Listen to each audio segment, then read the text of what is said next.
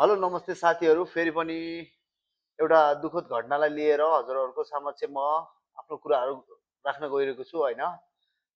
यो सुर्खेतमा जो घटना इनिसा बिकोको होइन, बलात्कार गरेर बलात्कारपछि हत्या गरेर त्यसरी जङ्गलमा लगेर त्यसरी त्यो अमानवीय व्यवहार देखायो त्यसको बारेमा बोल्दैछु होइन।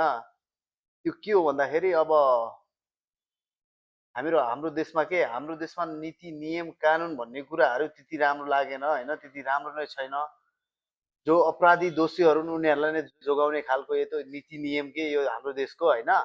अगर अपराधीहरूले होइन, अपराधीहरू कुनै पनि व्यक्तिले त्यस्तो सोच्नुभन्दा अगाडि यस्तो सोचोस् कि म मृत्यु रोज्नुपर्छ, मलाई फाँसी दिन्छ यो समाजले, यहाँको कानुनले, मैले यस्तो गर्नुहुन्न, यस्तो सोचै नआउने किसिमको कानुन किन बनाउँदैन त सरकारले।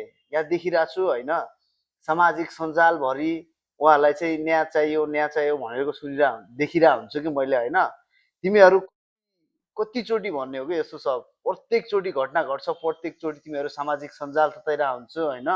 यो घटना नदोहोरियोस् भन्नको लागि चाहिँ के हो त विकल्प, के बनाउनु पर्यो? हामीले कानुन चेन्ज गर्नु पर्यो कि होइन, त्यस्तो संविधानमा लेख्नु पर्यो? त्यस्तो किन बनाउन सकिन्न? बनाउनु पर्यो त। जो त्यो घटना भएछ ती दोषीहरूलाई चाहिँ फाँसीको सजाय हुनु पर्यो। अगर नीति नियममा नै छैन भने पनि नीति नियम बनाएर भए पनि दिनु पर्यो। आइन्दा यस्तो चेलीबेटीहरू बालबालिकाहरूलाई यस्तो नकारात्मक दृष्टिकोणबाट नहेरुन् कसैले, बाँकी अरूहरूले पनि। हरेक साल यस्ता घटनाहरू प्रत्येक बारम्बार दोहोरिरहँदा पनि होइन, हाम्रो सरकारलाई कुनै वास्ता छैन। नेपालमा यस्तो कानुन बनोस् कि मोजी ज्यानको बदला ज्यान, जो बलात्कार गरेर ज्यान हत्या गर्छ नि त्यसलाई पुरै फाँसीको सजाय हुनुपर्छ, यस्तो कानुन ल्याउनु पर्छ होइन। त्यसपछि मात्र यो समस्याहरू, यस्ता घटनाहरू कम हुन सक्ने सम्भावना देख्छु होइन। म चाहिँ सबैले आवाज उठाउनु पर्यो, यसलाई नीति नियममा बदल्नु पर्यो, दोषीलाई सजाय हुनु पर्यो। अगर ज्यानको बदला ज्यान लाग्छ भने यसरी बलात्कार गरेर ज्यान लाग्छ भने उसलाई चाहिँ फाँसी हुनुपर्ने अनिवार्य हुनु पर्यो होइन। देशमा नीति नियम राम्रो हुन्थ्यो भने चाहिँ यस्तो यिनीहरूको सोचै आउँदैन थियो होइन।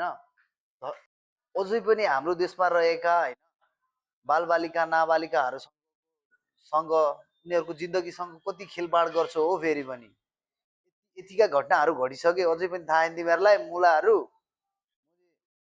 कानुन बनाउनु पर्छ देशमा। यिनीहरू बलात्कृत गरेर हत्या गर्ने व्यक्तिहरूलाई पुरै फाँसी दिनुपर्छ। कसैले